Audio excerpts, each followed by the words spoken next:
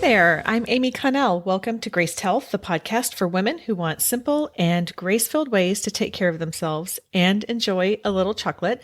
I'm a certified personal trainer and nutrition coach who wants you to know your eating, movement, and body don't have to be perfect. You just need to be able to do what you're called to do. Now, if you have listened for a while, you know that I tend to batch my podcast episodes all at like one time and try and get things done.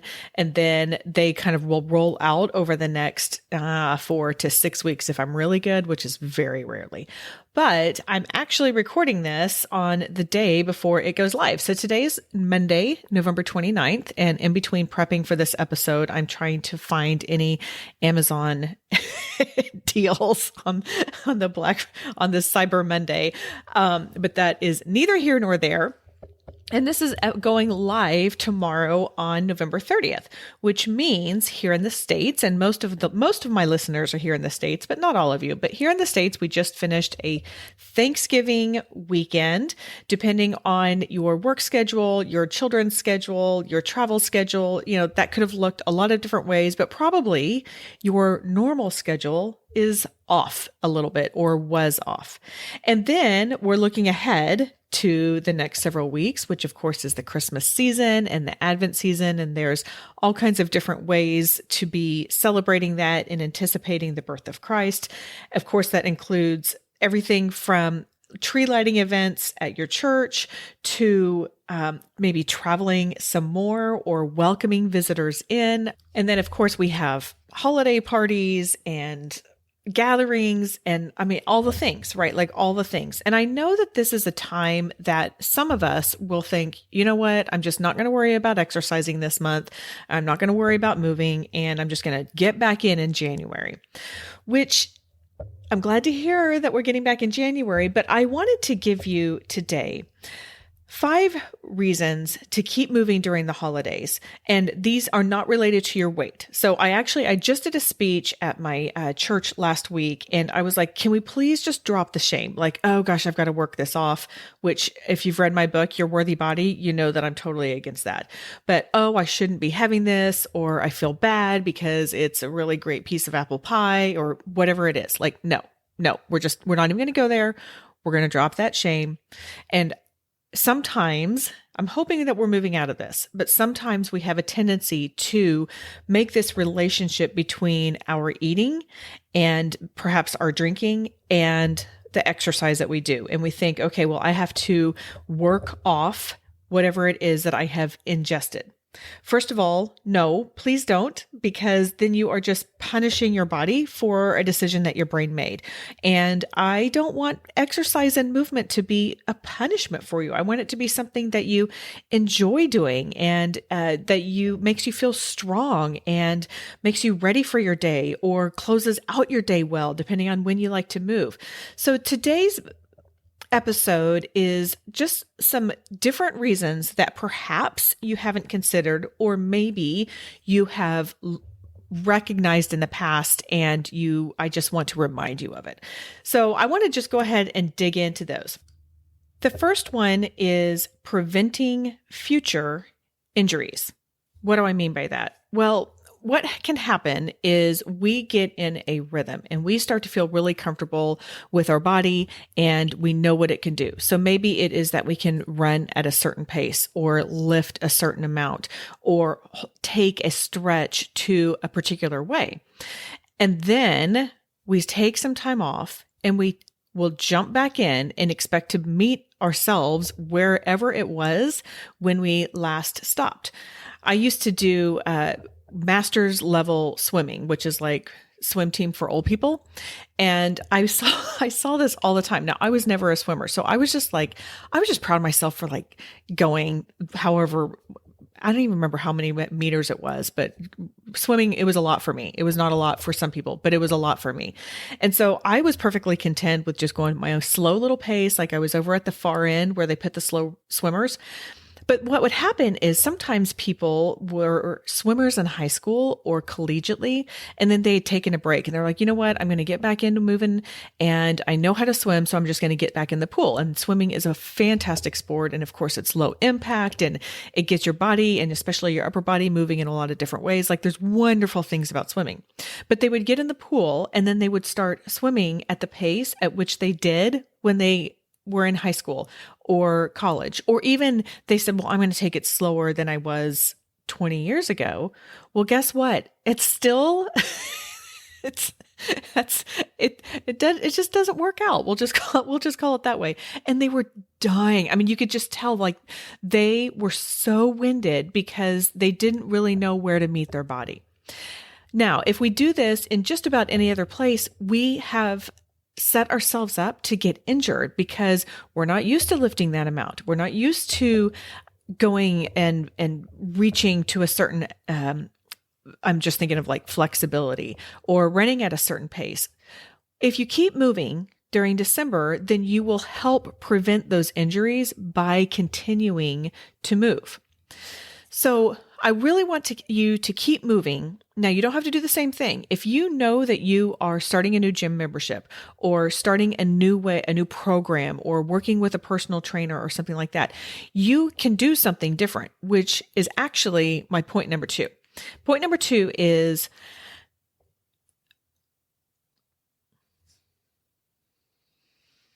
take advantage of the fragmented schedule and experiment. What I mean by that is, like I said, we are coming off of Thanksgiving week with traveling or maybe people coming to you. I mean, it's just the schedules are different. School schedules are different. And then we have a period of about 3 weeks where maybe like people are back in school or you're back at work. But then of course we have holiday parties, like all the things. And then maybe your children are coming home from college. Maybe they're just off of school or something like that. Maybe we're traveling, we're welcoming people in. Again, just it's very fragmented. It's really easy to decide, okay, I'm just not going to bother with exercising this month and I'm just going to jump back into it. Well, I hope I've convinced you not to take in all of the time off, but maybe this is a good time to just try something new. We do not need to blow through any goals that we have in December. You can absolutely have a goal. And I know my friend Candace Harris, I know she started a new program in December. Gosh, it was, I think 2018 or something like that. Like go for it. Go for it if that is what you want to do. But don't feel like you have to. And don't feel like you have to win the game of exercising in December or of becoming faster or stronger or whatever. Maybe this is a good time because your schedule's off, because you're not getting to the gym like you think you want to be. Maybe this is a time that you can pull up a YouTube video and try yoga or try a mobility. What's mobility, you ask? I'm glad you asked. That is one of the things that I talk about in my book, where we are moving our body in all kinds of different directions. And if you don't know how to do that, then remember there's that QR code and you can go and you can do the video with me. Maybe it is a chance to try that class that you've always wanted to try. Maybe it's a Zumba class. Maybe it is a CrossFit class. Remember, if you do that, go down a notch. Just take it down if you're not used to doing that kind of thing. But it might just be a good opportunity to try something new. Or there are a lot of different fantastic internet, we'll just call them internet fitness influencers, and maybe join one of their programs or challenges or something like that. So that might be a good time to have very small new things, experiment with something. And then it might be like, you know what? I really enjoyed that mobility. I feel fantastic. And that's something I want to incorporate in my new year when I have more of a regular schedule. So that's another opportunity to just try things out. And then you're still moving and you're still exercising, but you're doing it in different ways, which is also really great for injury prevention as well. If you know me, I am so I just don't want you to get hurt. And actually I am 1 month away from having the first injury-free year I've had in at least 7 years, like at least since I've turned 40. So I'm super excited about this. And I think a lot of it's because I'm following my own advice. So allow yourself to just play around, see what you like, see what you don't like, what sticks, what doesn't stick. A few years ago, I did something that I called jogas, which I just made up that word. But basically, I took the month of June and I said, I'm not doing any kind of movement except yoga, which was kind of a hard stretch for me at that time because I love huffing and puffing. I love breathing hard. I really dig that kind of feeling. So for me, taking it down and doing yoga for a month, are you kidding me? But it was a great experience. And there were a lot of things that I'm so glad I did. And I keep telling myself I'm going to do it again because I felt good. My flexibility increased like 4 inches. It was nice because I was just following a plan and someone else was bossing me around, like on I can't remember what app I used, but now, gosh, if you have the Apple Fitness app, you can just plug that in and do that every day. So that was really good. And it was good for my mind too. It was good for my mind to have a break and my body to have a break and move differently. So take the time to allow yourself to experiment with that fragmented schedule. Number 3 of a non-weight reason to keep moving during the holidays, do it for your mental health. There are a lot of surveys that suggest that people feel more stress and anxiety and depression in the period between Thanksgiving and New Year's Day. That's right now. And of course, we feel more stress, right? Like we are navigating, just planning for a day that is just it's a big day in so many ways. And of course it's, we're buying presents and doing all of that kind of stuff. Maybe we have more going on at church. And even though that's a good kind of stress, it's still more stress. Maybe we are navigating difficult family relationships. In fact, the National Alliance on Mental Illness reported that about 24% of people with a diagnosed mental illness, so maybe that's, stress or anxiety or something like that, they say that the holidays make their condition a lot worse and 40% make it somewhat worse. That's 64% of people who are already working on their mental health. They're challenged with depression, challenged with anxiety, and now it's getting worse. So for your mental health, you can get out there and exercise. What happens is when you work at a moderate level intensity, so we're not super high, not super low, just moderate level intensity for 20 minutes or more, your body releases those endorphins to make you feel better. And science has shown that we can actually help our mental health by exercising and by moving. The other thing that I read that I found interesting is the NAMI, National Alliance on Mental Illness. They were talking about this survey, and they said that the survey showed a tremendous need for people to reach out and watch out for each other in keeping with the spirit of the season.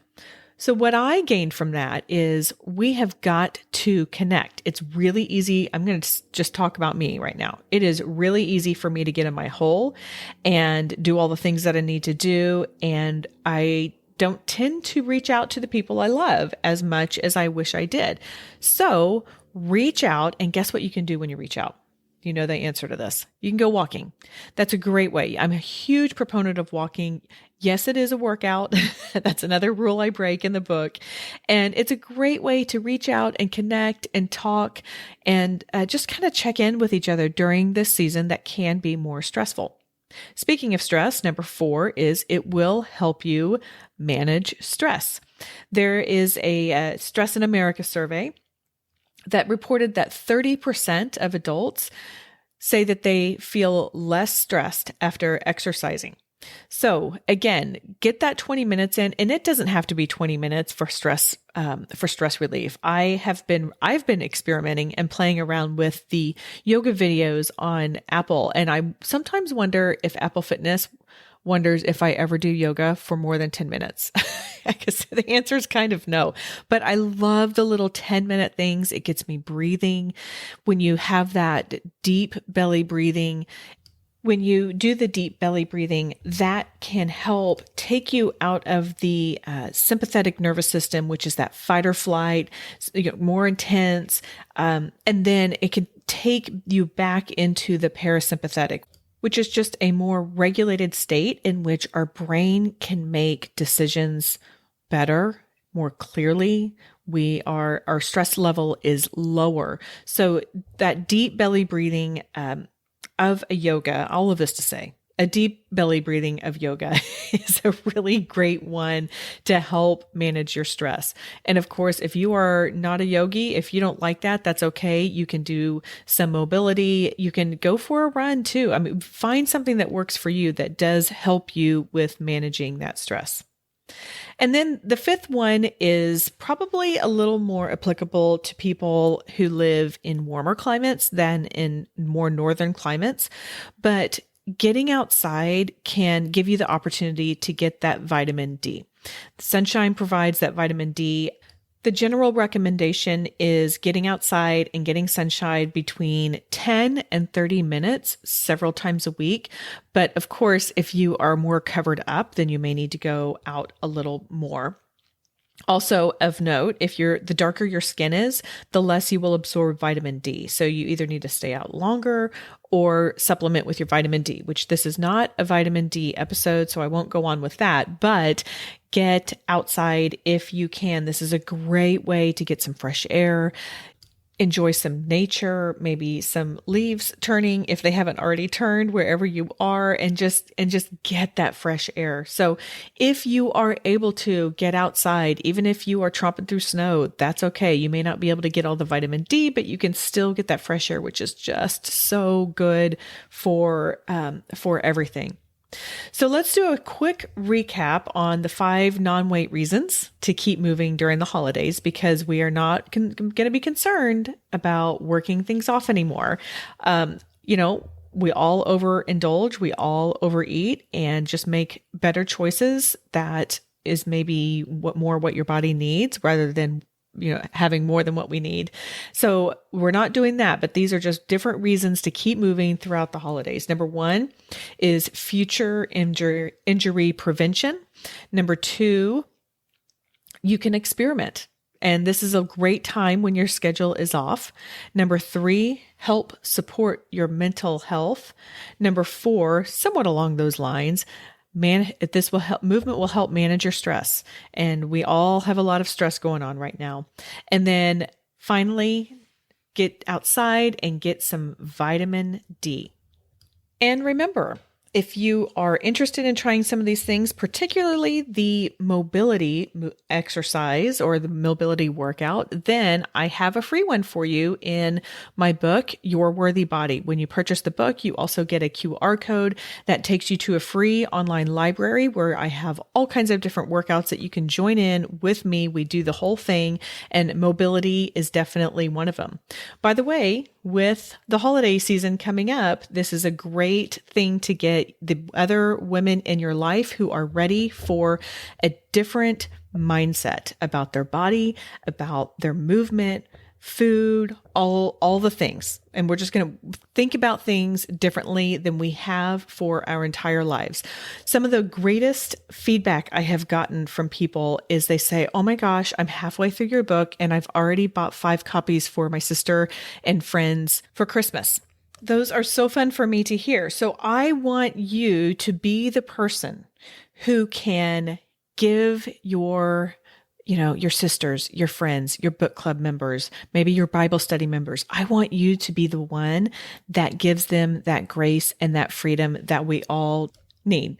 I have a link in the show notes where you can get it, or of course you can just go to Amazon and search Your Worthy Body by Amy.connell.